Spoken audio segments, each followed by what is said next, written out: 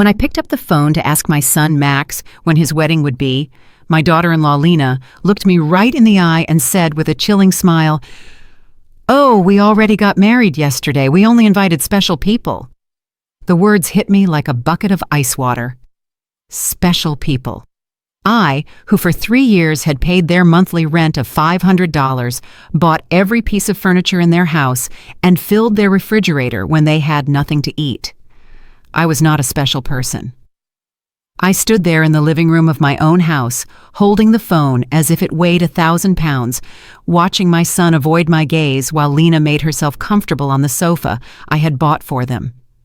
The pale pink dress I had picked out for her wedding hung uselessly in my closet, along with the new shoes and the illusion of being part of the most important day of my only son's life.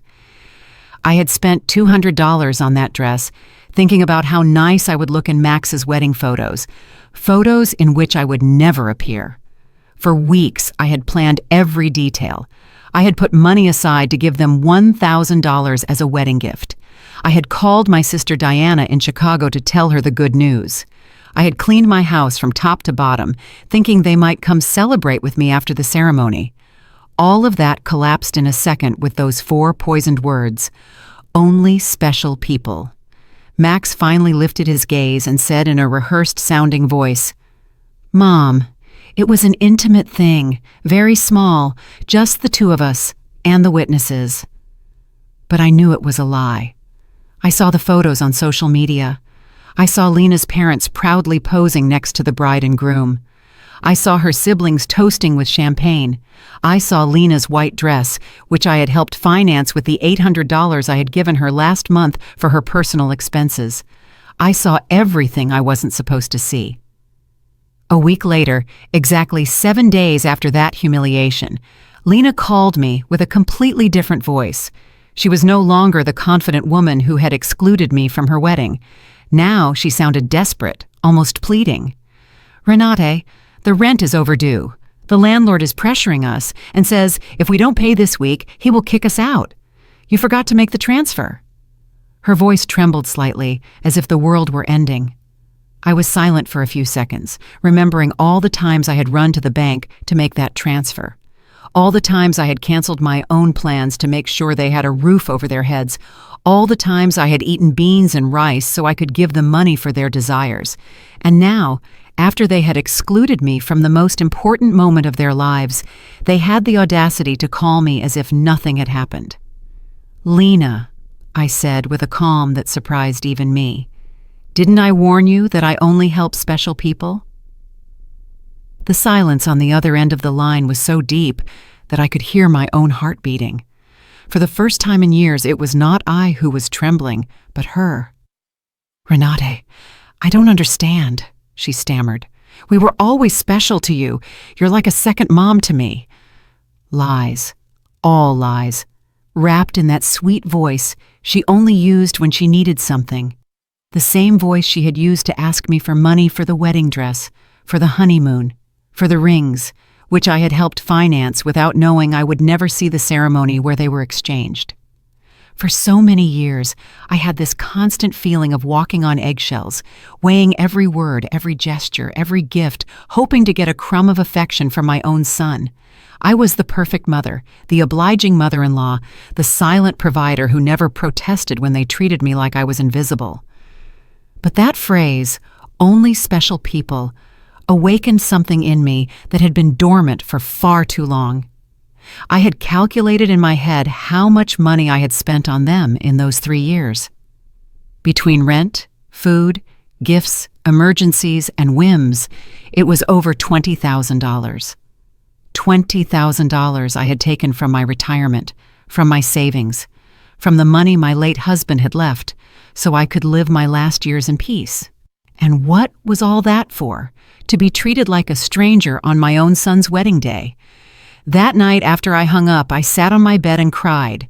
But they weren't tears of sadness. They were tears of anger, of accumulated frustration, of years of silently endured humiliation. I cried for all the times they made me feel that my love was a burden, my presence a hindrance, my money the only thing I had to offer. I cried for the foolish mother I had been, for the woman who had lost herself trying to be indispensable to those who considered her dispensable.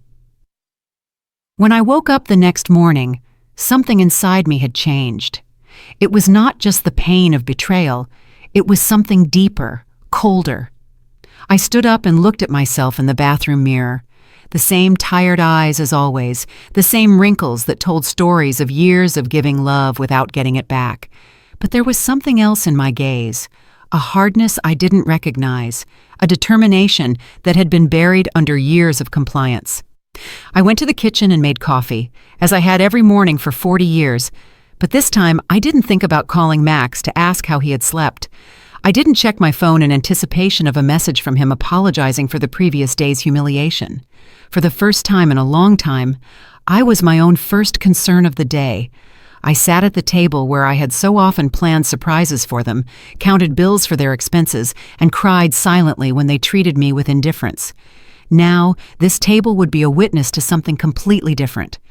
I took out my checkbook, my bank statements, and started to do the math. I wanted to see, in exact numbers, the extent of my own foolishness. Monthly rent of $500 multiplied by 36 months was $18,000. Food and supplies, approximately $200 a month, was another $7,200. Birthday gifts, Christmas gifts, anniversary gifts, at least $3,000. Lena's medical emergencies, $800. The car loan they never paid me back, $2,500. The air conditioner repair in their apartment, $600. The living room furniture, $1,200, $33,400. That was the exact sum of my generosity. $33,400 I had wasted from my husband's inheritance, from my pension, from the savings I had put aside penny by penny for decades of honest work. All that money thrown out the window to keep two adults comfortable who couldn't even pretend to respect me. The phone rang, and I saw Max's name on the screen. Normally, my heart would have pounded as I ran to answer, hoping he would finally apologize and explain that everything had been a misunderstanding. But this time, I let it ring once, twice, 3 times. Finally, it fell silent, and I continued drinking my coffee as if nothing had happened. 10 minutes later, it rang again. This time, it was Lena. I let it ring too. Then a text came from Max. "Mom, please answer. We need to talk." I deleted the message without replying. At 2 o'clock in the afternoon, I decided to go for a walk. I hadn't done that in months without a specific purpose, without an errand related to them. It was always the bank for transfers, the supermarket to buy them something they needed, the pharmacy for Lena's medications. Today, I went for a walk just because I wanted to. I walked past the park where I had often taken Max as a child. I remembered that sweet boy who hugged me tight and said I was the best mom in the world. When had he become this man who treated me like an ATM with feelings? When did I start confusing love with money? When did I start to believe I had to buy my own son's affection? At the bank where I had so often made automatic transfers, I stopped in front of the door. The branch manager, Mr. Klein, saw me through the glass and waved. I had known him for years. He had processed every one of my transfers to Max and Lena. He had watched my account drain month after month to fill theirs. I went inside and walked directly to his office. "Mr. Klein," I told him, "I need to cancel the automatic transfers I have programmed." He looked at me, surprised. For 3 years, these transfers had been as regular as the sunrise. "Are you sure, Mrs. Richter? Did something happen?" His concern was genuine, more genuine than any interest Max had shown in me in recent months. "What happened is that I finally opened my eyes," I replied. "I want to cancel everything, and I also want information on how to protect my accounts. I don't want anyone else to have access to my money." While Mr. Klein processed the cancellations, my phone didn't stop ringing. Max, Lena, Max again. It was as if they had developed radar to detect when their source of income was in danger. I turned the phone off completely. "Mrs. Richter," Mr. Klein said as he handed me the papers. "I apologize for intruding, but in all these years, I have seen you be very generous with your family. I hope you are not being pressured to make these changes." His words touched me deeply. This man, who barely knew me beyond bank transactions, showed more genuine concern for my well-being than my own son. "I'm not being pressured, Mr. Klein. On the contrary, I have finally stopped pressuring myself." When I left the bank, I felt strangely light, as if I had left an enormous burden in that office. For the first time in years, my money was entirely mine. I had no financial obligations to people who saw me as a resource instead of a person. I went home and thought about all the things I hadn't done to please Max and Lena, the trips I hadn't taken to save money for them, the friends I no longer saw because I was always available for their emergencies, the hobbies I had given up because every dollar I spent on myself was $1 less for their needs. When I got home, I found 3 cars parked in front of my door, Max's, Lena's, and one I didn't recognize. I could see movement inside my house through the windows. My blood ran cold. They had keys. I had given them keys because I trusted them, because I thought they would one day take care of me just as I had taken care of them. I took a deep breath before opening the door. It was time for the first real confrontation of my new life. I opened the door to my house and saw a scene I will never forget. Max was sitting on my sofa with his head in his hands. Lena was pacing back and forth like a caged animal, and an older man I didn't know was going through papers on my dining table. My papers, my personal documents. "What is happening here?" I asked in a voice that sounded louder than I expected. All 3 of them looked at me as if I were the intruder in my own house. Lena was the first to speak, and her voice had that desperate urgency I had already heard on the phone. "Renata, thank God you're here. We need to talk. Mr. Fisher is from the law firm we consulted about your situation." "My situation?" The question came out of my mouth with a calm that surprised me. "What situation? I'm doing perfectly fine." Max finally lifted his head and looked at me with those eyes that once belonged to an innocent child and now only reflected financial panic. "Mom, we went to the bank and they told us you canceled all the transfers. Mr. Klein explained that you also blocked our access to your accounts. We don't understand why you did that." Mr. Fisher, a man in his 50s in a gray suit and a smile that didn't inspire confidence, approached me with an outstretched hand. "Mrs. Richter, I am Dr. Fisher, a family law attorney. Your children are concerned about your mental well-being and have asked me to assess the situation." I didn't shake his hand. Instead, I went directly to my dining table and collected all my documents that he had been reviewing without my permission. "These are my private papers. You have no right to look at them without my consent." "Mom," Max interjected with that condescending voice he had perfected in recent years, "we're worried about you. Your behavior has been very strange lately. First, you financially cut us off without an explanation. Then you don't answer our calls. We think you might need professional help."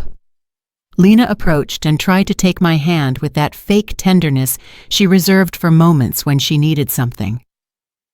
"Renate, honey, we know you're under a lot of stress. Maybe the loneliness is affecting you more than you think. At your age, episodes of confusion are normal."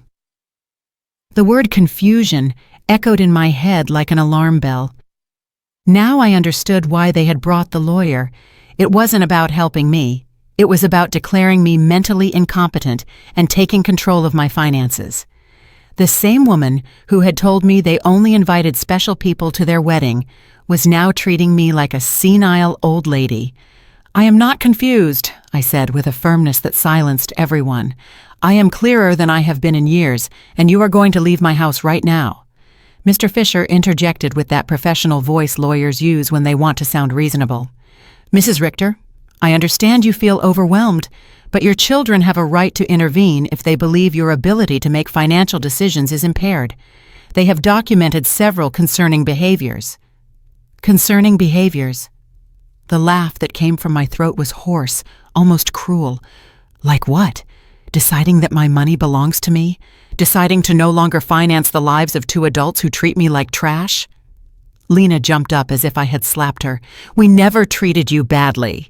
You are part of our family. Everything you have will belong to us one day anyway. We are just speeding up the process."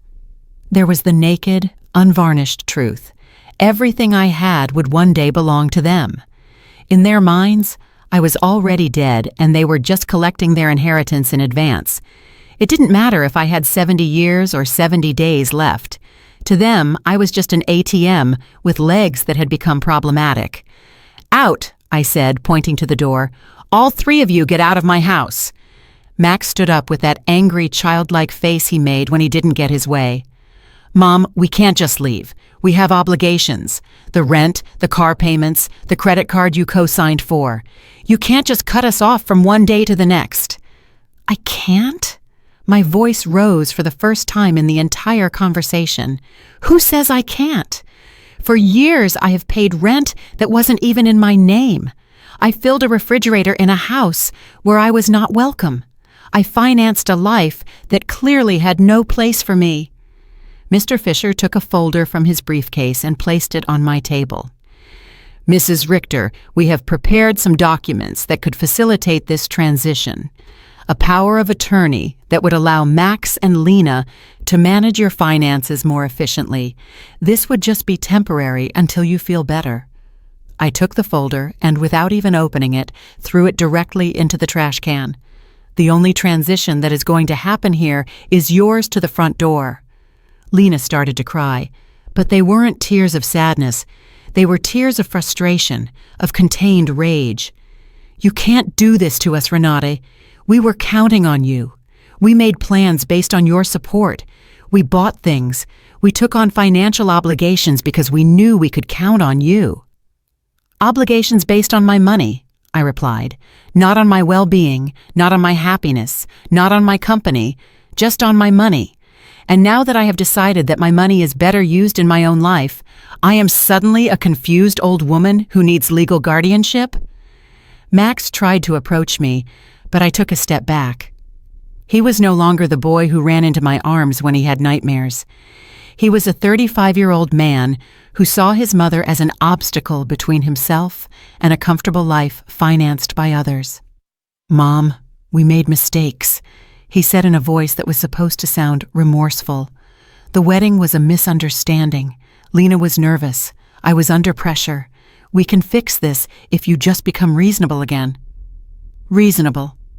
The word tasted bitter in my mouth. Being reasonable means continuing to pay for your life while you treat me like a stranger.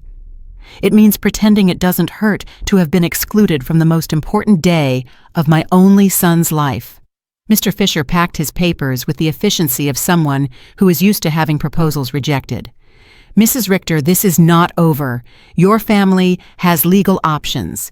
If you are indeed making irrational decisions due to mental health problems, a judge can determine that you need guardianship." His words were like a blow. I realized this was not just a manipulative family visit. It was a real legal threat. They wanted to declare me incompetent to manage my own affairs. "Mr. Fisher," I said, looking him directly in the eyes, "I suggest you do your research thoroughly before you threaten a 71-year-old woman who has managed her finances flawlessly for 40 years, who raised her son alone after the death of her husband, who ran a household and worked honorably until retirement, and who until last week financially supported two completely capable adults." Lena stopped crying and looked at me with a coldness that finally showed her true face. "This won't stay like this, Renate. We have rights and lawyers too." "Perfect," I replied. "Hire all the lawyers you want, with your own money, of course, because mine is no longer available to finance your legal tantrums." The three of them walked to the door with the wounded dignity of people who are not used to being told no. Before he went out, Max turned to me one last time. "Mom, this is going to end very badly for you. You're going to end up alone, with no one to take care of you when you really need it." "Max," I said with deep sadness, but also with crystalline clarity, "I am already alone. The difference is that now it's by my own choice, not by your neglect." As I closed the door behind them, I stood in my living room, surrounded by the most beautiful silence I had heard in years. It was the silence of freedom. That night, I couldn't sleep, but not out of sadness or regret, but out of adrenaline from having reclaimed control of my own life. I lay awake in bed, planning my next steps like a general preparing for a battle. If Max and Lena wanted to fight, I would give them a war. But it would be a war I would fight with intelligence, not with emotion. At 6 o'clock in the morning, I was already dressed and ready to go. My first stop was the office of attorney Mr. Weber, a man I had met years ago when I was handling my husband's will. Unlike Mr. Fisher, whom Max and Lena had brought, Mr. Weber had an impeccable reputation and specialized in protecting the rights of the elderly. "Mrs. Richter," he told me as I explained the situation, "what your children tried to do yesterday is more common than you think. It's called elder financial abuse, and it's a federal crime. The fact that they entered your house without permission and reviewed your private documents also constitutes a violation." His words both calmed and worried me. They calmed me because they confirmed I wasn't crazy, that what had happened was truly abusive. They worried me because I realized the situation was more serious than I had thought. "We have to document everything," Mr. Weber continued. "Every transfer, every gift, every time they pressured you for money. We will also change your will to protect your assets from future manipulation attempts." We spent 3 hours reviewing my financial records. Mr. Weber whistled when he saw the total sum, $33,400 in 3 years. "Mrs. Richter, with this money, you could have lived comfortably, traveled, and enjoyed your retirement. Instead, you completely financed the lives of 2 adults who didn't even respect you enough to invite you to their wedding." When I left Mr. Weber's office, I had a complete plan.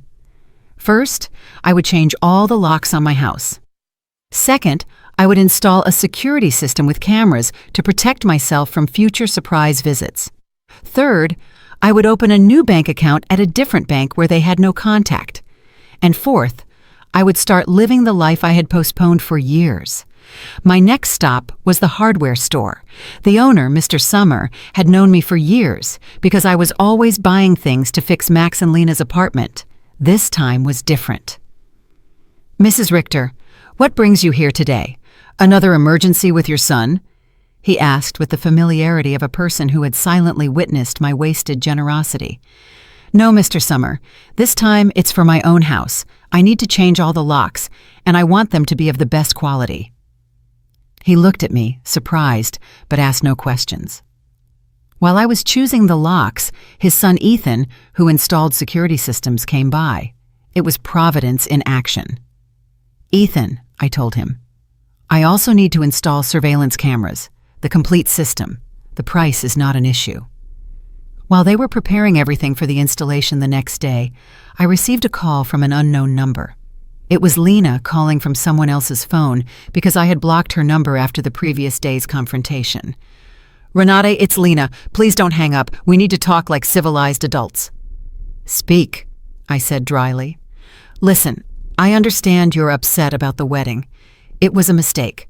Max and I have talked about it, and we want to make it up to you. How about we have a special dinner to celebrate our wedding with you? We can do it at your house, cook together like we used to." The manipulation in her words was so obvious that I almost had to laugh. "Lena, how much rent do you owe exactly?" The silence on the other end confirmed that I had hit a nerve. Well, it's 2 months, $1,000 total. But I'm not just calling for that, Renate. We really miss you in our lives." "Do you miss me or my money?" I asked directly. "Both," she replied with a surprising honesty. "Renate, I won't lie to you. Yes, we need your financial help, but we love you too. You're important to us." "If I'm so important," I said, "why wasn't I important enough to be at your wedding? Why am I not important enough to get a call that doesn't ask for money? When was the last time you called me just to ask how I was doing?" Another silence. We both knew the answer. Never. "Lena, I'm only going to explain this to you once. For 3 years, you have treated me like an ATM with feelings.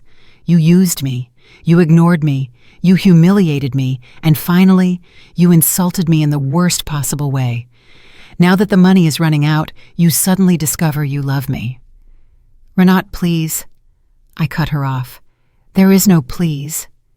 You made your choice when you decided I wasn't special enough to be at your wedding. Now I'm making mine. I hung up and turned the phone off completely. I didn't want any more interruptions on my day of liberation. That afternoon, I went to the beauty salon I hadn't been to in over a year.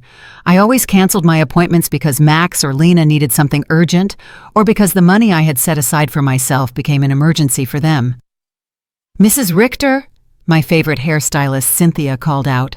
"What a surprise! I thought you had forgotten us." "I didn't forget you, Cynthia. I just forgot that I also deserve to be pampered." I treated myself to the full treatment: cut, color, manicure, pedicure. For the first time in years, I spent money on myself without feeling guilty. While Cynthia worked on my hair, she told me about her life, her children, her dreams.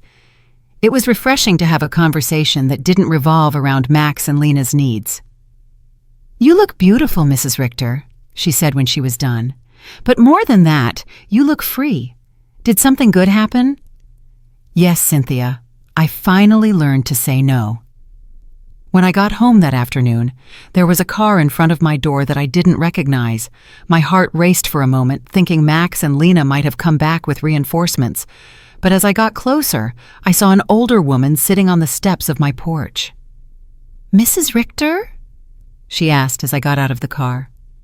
"Yes, that's me. Can I help you?" "I'm Eleanor Brooks. I live next door. We've been neighbors for years, but we've never had a chance to talk. Yesterday I heard very loud voices in your house, and I got worried. Is everything okay?" Her sincere concern touched me deeply. Here was a stranger who showed more interest in my well-being than my own son. "Come in, Mrs. Brooks. I'll make you a coffee, and I'll tell you a story you won't believe." While I was making coffee, I told her the whole situation. Eleanor listened without interrupting, nodding occasionally, and when I finished my story, her eyes were filled with tears. "Mrs. Richter," she said, "you did the right thing. I went through something similar with my daughter 5 years ago. I also thought it was my duty to finance her adult life. I also believed they wouldn't love me if I didn't give them money. What happened? I cut off the money when I realized they only called me when they needed something. At first it was terrible. They threatened me, emotionally blackmailed me, tried to make me feel guilty. But after 6 months, my daughter called to genuinely apologize. Now we have a real relationship based on love, not on money." Her words gave me hope and confirmed that I had made the right decision. "Do you think Max and Lena will understand one day?" "Maybe yes, maybe no," she answered honestly. "But that's no longer your responsibility, Mrs. Richter. Your responsibility now is to live your own life."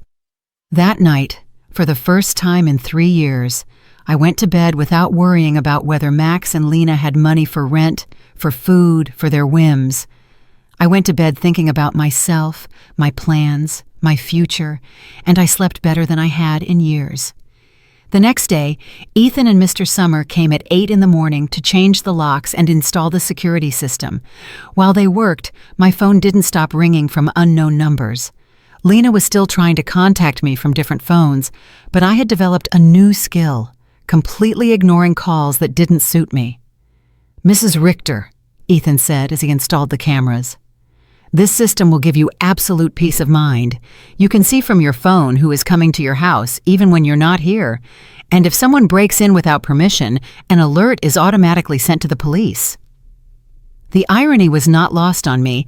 I was installing a security system to protect myself from my own son, but it didn't hurt as much as it used to. It was simply a practical measure to maintain my newfound peace. While they were working, I decided to do something I hadn't done in years: call my sister, Diana, in Chicago. We had lost touch because every time we talked, I would tell her about Max and Lena's successes, about how much money I had spent on them, about how proud I was to be able to help them. I now realized that our conversations had become financial reports disguised as family news. "Renate," Diana answered, surprised. "Sister, how are you? We haven't spoken in months." "I'm good, Diana. Better than good. I'm calling you to tell you that I've finally come to my senses. I told her the whole story from the beginning, the secret wedding, the humiliation, the visit with the lawyer, my decision to cut off the funding. Diana listened to me in silence, and when I was done, her answer surprised me. Renate, sister, it was about time.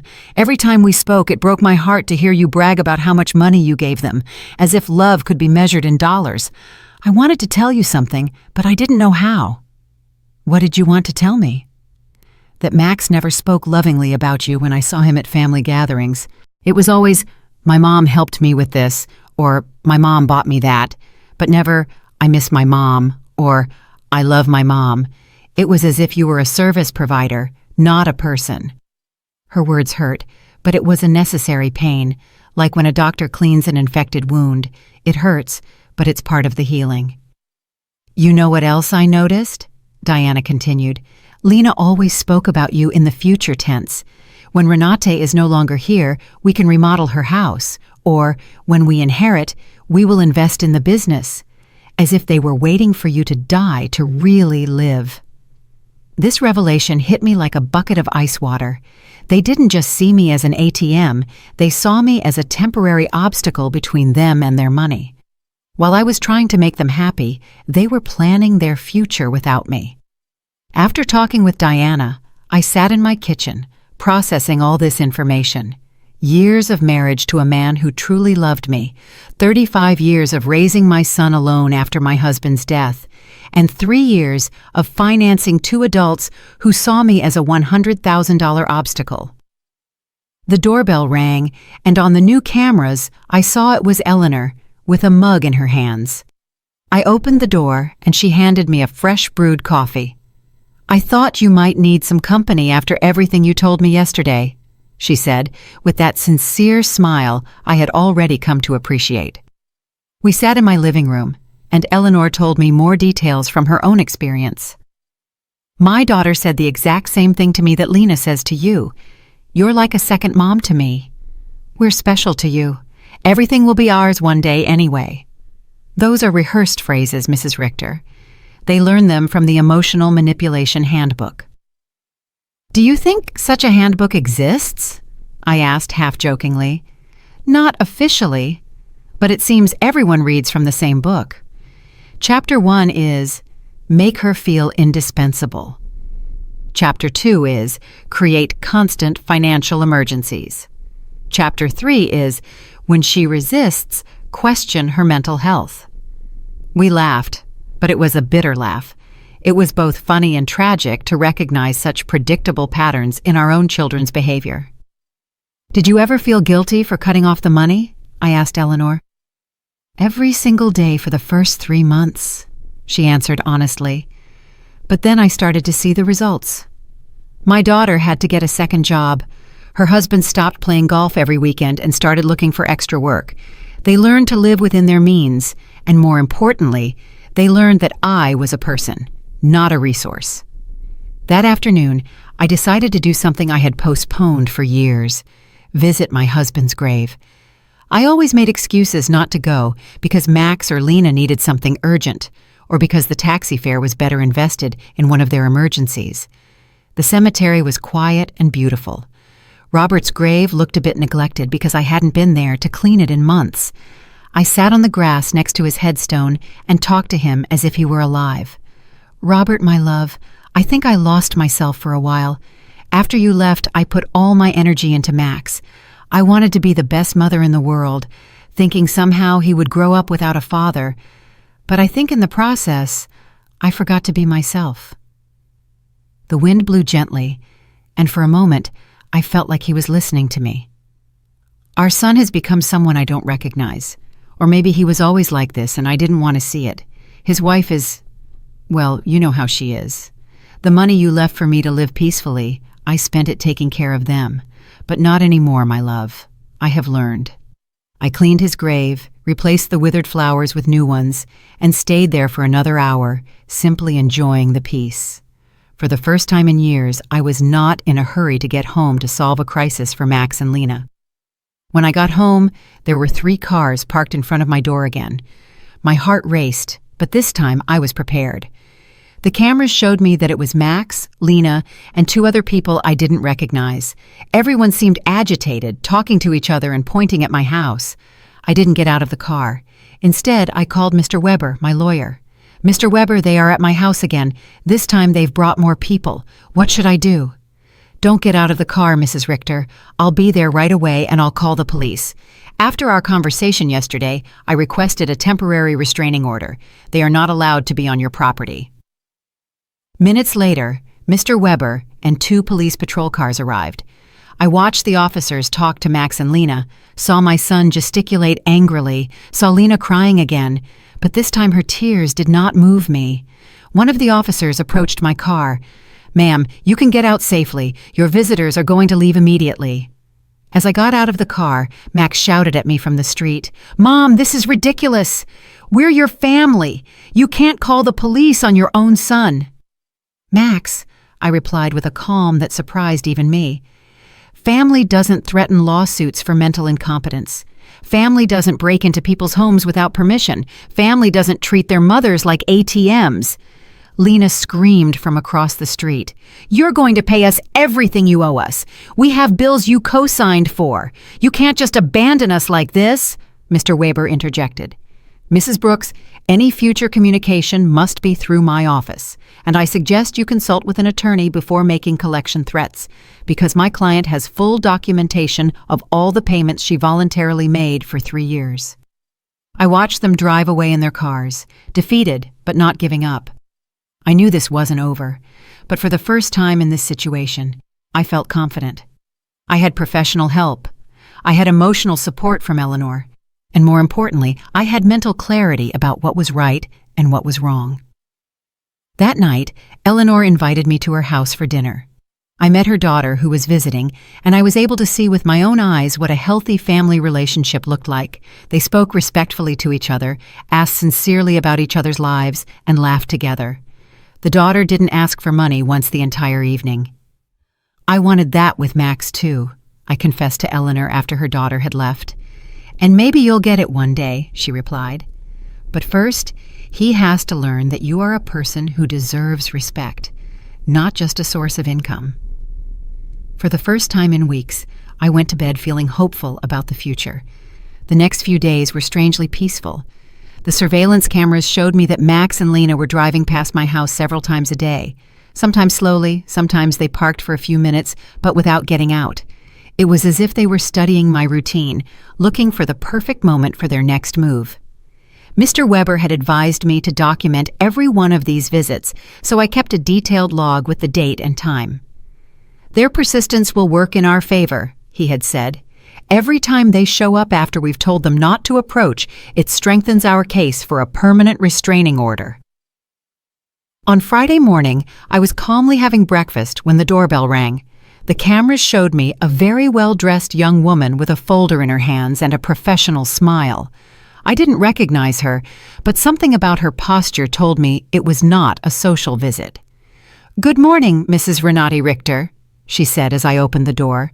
"I am a social investigator from the Office of Senior Services. We have received a report that you may be in an at-risk situation and we need to conduct a wellness check." My blood ran cold. Max and Lena had escalated the situation. It was no longer just threats from private lawyers. Now they had involved the government. "Can I see your ID?" I asked, trying to stay calm. "Of course." She showed me an official ID that looked genuine. "I am social worker Mrs. Schmidt. Can I come in and talk to you?" I let her in, knowing that a refusal would have been worse for my case. Mrs. Schmidt sat down in my living room and took a form out of her folder. "Mrs. Richter, we have received reports that you have shown significant changes in your financial behavior, that you have cut off communication with your family, and that you have shown signs of paranoia by installing unnecessary security systems. We were also told that you have refused medical and legal help from your loved ones." Every word had been carefully chosen to make me sound like a mentally disturbed old woman. I recognized Lena's handwriting in the wording. She had always been skilled at manipulating words to get what she wanted. "Miss Schmidt," I said with all the dignity I could muster, "I would like to call my lawyer before answering any questions." Ma'am, this is not a legal interrogation. It's a wellness check. If you have nothing to hide, it should not be a problem to speak with me. The phrase, "if you have nothing to hide," infuriated me. It was the same logic abusers used to justify their invasions. If you're innocent, you shouldn't complain about your privacy being violated. Miss, I'm calling my lawyer. You can wait here or come back another day, but I will not answer any questions without legal representation present. I called Mr. Weber, and he was there within 20 minutes. When he came in and saw the social worker, his expression hardened. "Miss Schmidt," he said after checking her ID, "I hope you have a court order to be here, because my client is under my legal representation, and any unauthorized investigation constitutes harassment." "Sir?" Mrs. Schmidt replied with less confidence than before. "We have reports from concerned family members about the lady's well-being. It's our duty to investigate." "What family?" Mr. Weber asked dryly. "The same family that tried to get her to sign a power of attorney without representation. The same family that broke into her house without permission and checked her private documents. The same family that excluded her from important events while living off her money." Mr. Weber took a folder from his briefcase and placed it on the table. "Here, I have complete documentation of my client's financial and emotional abuse. $33,400 that were withdrawn from her accounts in 3 years. Systematic social exclusion and emotional blackmail.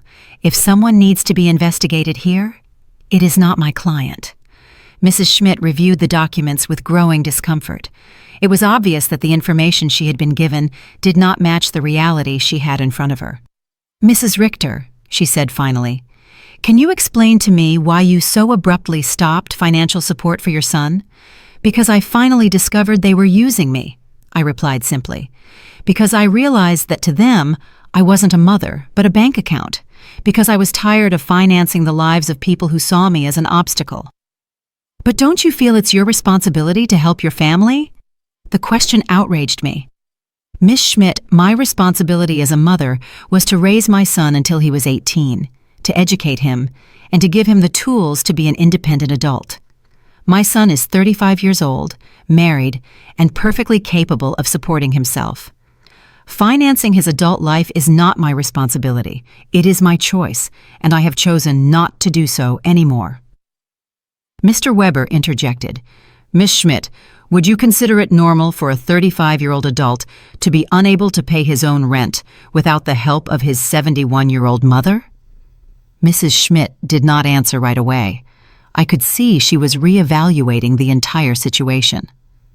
"Mrs. Richter," she asked after a moment, "do you manage your own finances completely? I can show you my bank statements, my investments, my tax payments. Everything is current and in order. Do you live independently? As you can see, I keep my house clean. I take care of myself physically. I drive my own car. I have healthy social relationships with my neighbors. Do you take any medication?" "Just vitamins, and occasionally aspirin. I don't have any medical conditions that require medication." Mr. Weber added, "My client has just undergone extensive medical exams as part of our legal process. She is in perfect mental and physical condition." Mrs. Schmidt closed her folder and sighed. "Mrs. Richter, based on this conversation and the documentation I have reviewed, I see no indication that you are at risk or in need of intervention. I will close this case." After she left, Mr. Weber and I remained silent for a few minutes. "Renat," he said finally, "this is going to continue to escalate. Max and Lena are spending money they don't have to hire professionals to try to have you declared incompetent." "Does that mean they are desperate?" "It means that exactly. What else can they do?" "They can file a lawsuit for incompetence. It's expensive and hard to win, but if they find a sympathetic judge and a psychiatrist willing to testify in their favor, they could get a guardian assigned." The thought terrified me. They could take control of my money? "They could try, but we have solid evidence that you are completely competent and that they are motivated by greed and not by genuine concern." That afternoon, I called Diana to vent. "Sister," she said after hearing my story, "do you notice how far they are willing to go for money? They are risking family relationships, spending money on lawyers and doctors, destroying their own reputation. all to get access to your bank account again." Her words made me think. Max and Lena had completely revealed their true nature. There was no going back. There was no possibility of a genuine reconciliation. To them, I had never been a mother or a respected mother-in-law. I had always just been money on legs. This revelation, although painful, was also liberating. I no longer had to wonder if I was making the right decision. I no longer had to feel guilty for protecting myself. They had proven for themselves that my emotional and physical well-being was less important to them than my money. That evening, Eleanor came to visit with a surprise. She had invited her friends from the garden club to meet me. "Renate," she introduced me. "These are my friends Cynthia, who you already know from the salon, Maria, Carmen, and Elfrida. We have all been through similar situations with abusive family members." We spent the evening sharing stories. Maria had had to set boundaries with a brother who constantly asked her for money. Carmen had cut off her relationship with a daughter who only visited when she needed money. Elfrida had had to change her will after she found out her grandchildren considered her their retirement plan. "What hurts me the most," I confessed, "is not losing the money I gave them, but realizing that I never had the love I thought I had." "Renate," Elfrida said with the wisdom of her 80 years, "true love cannot be bought or sold. If you had to pay for it, it was never real." Her words were balm for my wounded soul. She was right. I had bought attention, not love. I had financed an illusion. "You know what I've discovered?" I said to my new friends. "That loneliness, surrounded by people who don't love you, is worse than being lonely on your own. At least now, when I am alone, I am in good company." Everyone laughed, and we toasted to our newfound wisdom. That night, after my new friends had left, I sat in my garden, thinking. The stars shone brighter than ever, or perhaps I was seeing them with clearer eyes. For the first time in my adult life, I was completely alone financially. I had no dependents, no financial obligations to anyone but myself.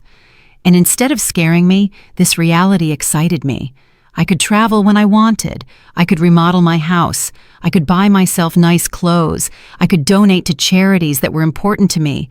I could invest in my own future instead of financing the present of ungrateful people. Freedom tasted like hope, and for the first time in years, I wanted to plan my future. A month after the psychiatrist's visit, I thought I had finally won the war. I had settled into a beautiful routine. I calmly had breakfast and read the newspaper. I tended to my garden, had lunch with Eleanor or one of my new friends, and in the afternoons, I devoted myself to activities I had given up for years. I had started painting again, something I was passionate about before I became Max and Lena's personal financier. But on a Thursday morning, while I was painting flowers on my new easel, Mr. Weber came to my house with a grim expression that made my blood run cold. "Renate, we need to talk. Max and Lena have filed a formal lawsuit for mental incompetence in family court. They are requesting to have a legal guardian assigned to you." The words fell on me like stones. I knew it was a possibility, but hearing it out loud made it terrifyingly real. "Does that mean they can take control of my money?" "If a judge determines that you are unable to manage your affairs, yes, he could place Max as your legal guardian, which would give him full control over your finances." I sat down heavily on my sofa, feeling the weight of the deepest betrayal I had experienced in my life. My own son was trying to legally declare me incompetent to steal my money. "Mr. Weber, what evidence could they have? You yourself have seen that I am completely competent." "They have statements from 3 witnesses who claim you have behaved erratically. They also submitted unpaid doctor's bills that you supposedly didn't pay, and medications that you supposedly hoarded without taking them." "But that's a lie. I don't have any outstanding doctor's bills or hoarded medications." "I know, Renate, but they have fabricated convincing evidence. They also have the statement from Dr. Lehman, who states that you refused to cooperate with a psychiatric evaluation, which they interpret as proof of mental decline." The manipulation was diabolical. They had turned my refusal to undergo an unnecessary exam into proof of a mental illness. They had used my instinct to protect myself from them as proof that I needed protection. "Who are the 3 witnesses?" Mr. Weber looked through his documents. Lena, of course, a neighbor named Mr. Davis, and someone who claims to be your pharmacist, Mr. Green. Mr. Davis was the neighbor across the street, an unpleasant man who had always had problems with me because my friends sometimes parked in front of his house. Mr. Green was indeed my pharmacist, but I didn't understand what he could have against me. "I need to talk to Mr. Green," I told Mr. Weber. "Something's not right." We went to the pharmacy together that afternoon. Mr. Green received me, surprised and nervous. "Mrs. Richter, it's good to see you. How are you?" "Mr. Green, I was told you signed a statement saying I show erratic behavior with my medications." His face turned red as a tomato. "Mrs. Richter, your daughter-in-law came in a few weeks ago and asked about your medications. She said she was worried because you were acting strangely." "And what did you tell her?" "I explained to her that you only buy vitamins and occasional aspirin, that you don't have any regular medical prescriptions, but she insisted that this was proof that you weren't taking adequate care of your health." Mr. Weber interjected. "Mr. Green, did you sign a paper?" She brought a document that said I was confirming that Mrs. Richter had irregular medication purchases. I thought it was for her health insurance or something. I didn't know it was for a lawsuit. My own pharmacist had been tricked into signing something he didn't fully understand. Lena's manipulation knew no bounds. "Mr. Green," I said, "I need you to write a statement explaining exactly what happened and clarifying that I have no problems with medications." "Of course, Mrs. Richter, I am terribly sorry for this misunderstanding." After the pharmacy, we went to confront Mr. Davis. When we knocked on his door, he received us with obvious hostility. "What do you want, Mr. Davis?" Mr. Weber said. "I understand you signed a statement about my client's behavior." "And you're right, I did. That woman is crazy. She's been acting strange for weeks." "Can you be more specific about the behaviors you observed?" "Installing cameras as if she lived in a war zone, having strangers visit all the time, yelling at her family in the street." I realized Mr. Davis had taken everything out of context. The cameras had been installed for protection. The strangers were my new friends. The yelling was me defending my house from Max and Lena's invasions. "Mr. Davis," I said, "do you know why I installed the cameras?" "No, and I don't care." "To protect myself from my son and daughter-in-law, who broke into my house without permission and threatened me." "That's what a crazy person would say," he replied cruelly. There was no way to reason with him. His statement was based on superficial observations, maliciously interpreted. That evening, Mr. Weber and I sat down to plan our defense. "Renate, we need our own psychiatric evaluation. I have a colleague, Dr. Moore, who is an expert in assessing mental capacity. She can officially confirm that you are completely competent." What if Max and Lena have bribed the judge? What if none of this matters because they have already decided to declare me incompetent? "Renate, the legal system is not perfect, but it's not completely corrupt either. We have solid evidence of your mental competence and their financial motivations. We are going to fight this." The next day, I went to my appointment with Dr. Moore. She was a woman in her 50s with kind but astute eyes. "Mrs. Richter, I'm going to ask you a series of questions and tests to assess your mental capacity. Take your time and answer honestly." For 2 hours, she asked me questions about my memory, my reasoning ability, my financial understanding, my emotional health. She also gave me cognitive tests and asked me to solve mathematical and logical problems. "Mrs. Richter," she said at the end, "your results are well above average for your age. You are not only mentally competent, but your cognitive function is excellent." "Doctor, why do you think my family is doing this?" "Based on what you've told me and the documents I've reviewed, this seems to be a classic case of elder financial exploitation. Unfortunately, it's more common than people think." I left the consultation feeling validated, but also sad. The professional confirmation of my mental health was a relief, but it also confirmed that the lawsuit was real and necessary. That afternoon, Eleanor organized an emergency meeting with all our friends from the garden club. When I told them about the incompetence lawsuit, everyone was outraged. "Renate," Maria said, "we will testify in your favor. We have been with you for weeks, and anyone can see that you are doing great." "Better than great," Cynthia added. You are clearer and stronger than many 40-year-old women I know." Elfrida, with her 80-year-old wisdom, took my hands. "Renate, my dear, what your children are doing is nothing new. For generations, greedy children have tried to declare their parents insane to get their money. But you have something many of these victims didn't have: documentation, legal support, and friends who can testify for you." Her words gave me hope. I was not alone in this fight. I had an army of strong women who had witnessed my transformation firsthand. "You know what the saddest thing about all this is?" I said.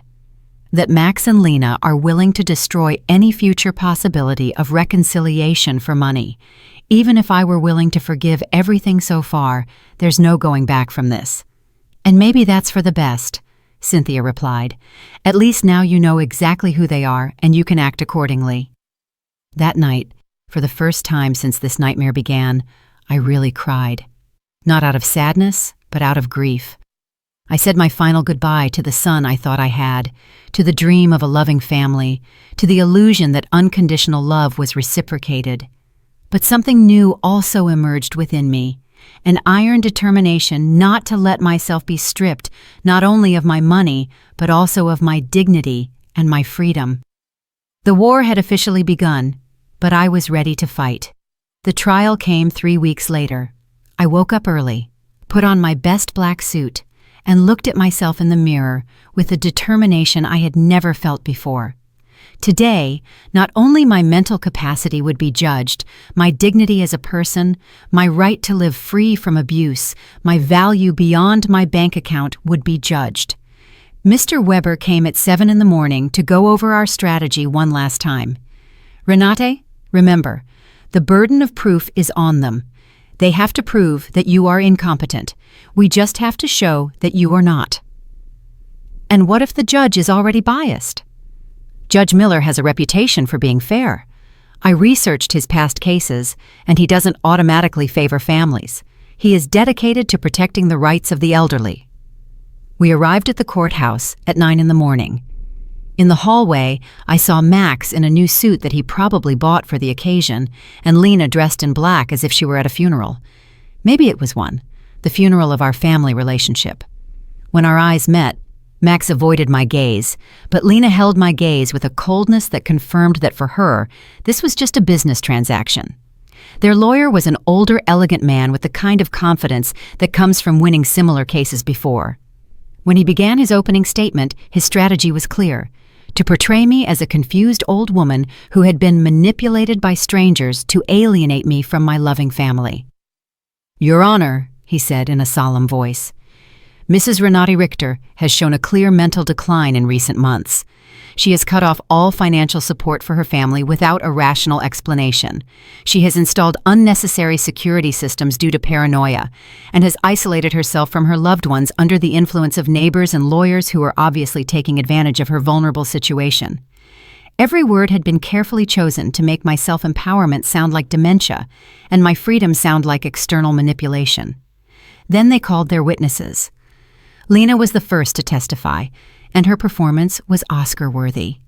She cried as she described how I had completely changed, how I had become hostile and paranoid, how I had isolated myself from the family that loved me. "Your Honor," she said in a trembling voice, "Renate has always been like a second mom to me. Seeing her mental decline has been devastating. We just want to help her get the care she needs." Lies, wrapped in convincing tears. When Mr. Weber cross-examined her, the cracks in her story began to become visible. "Mrs. Schuster, can you tell the court, when was the last time you called my client without asking for money?" Lena stammered. "Well, we always talked about many things. Can you give me a specific date?" "I don't remember exact dates." "Is it true that you and your husband got married without inviting my client?" "It was a very small ceremony." "Is it true that when my client asked about the wedding, you told her that you had only invited special people?" Lena's face turned red. Those words were taken out of context. What would be the right context to tell your mother-in-law that she is not a special person? She couldn't answer convincingly. Max was next. Seeing him on the witness stand, swearing to tell the truth while preparing to lie about my mental health, was one of the most painful moments of my life. This was the boy I had raised alone, the one I had dedicated my entire life to. My mom has always been very generous with us, he testified. But lately, she has become erratic and irrational. We believe she is being manipulated by people who are taking advantage of her. When Mr. Weber cross-examined him, the mask fell completely. Mr. Richter, how much money have you received from your mother in the last 3 years? I don't know the exact amount. Does $33,400 sound about right? Maybe. She's always been generous. And how many times have you visited your mother without asking her for money? The silence was deafening. Is it true that you and your wife broke into my client's house without permission and checked her private documents? We were worried about her. Is it true that you brought a lawyer to pressure her into signing a power of attorney? We wanted to help her manage her finances. Do you, at 35 years old, need the help of your 71-year-old mother to pay your rent? Max couldn't answer with dignity. Mr. Davis testified about my supposed erratic behaviors, but when Mr. Weber asked him for details, he admitted that he had never spoken to me directly and that all his information was based on superficial observations. Dr. Lehman testified that my refusal to undergo an evaluation was proof of mental decline. But Mr. Weber submitted the documentation of our evaluation with Dr. Moore, which completely refuted his conclusions. Then it was our turn. Mr. Weber first called Mr. Green, my pharmacist, who explained how he had been tricked into signing a statement that distorted my medication buying habits. Dr. Moore testified about my excellent mental state and presented the results of the cognitive tests, which had been flawless.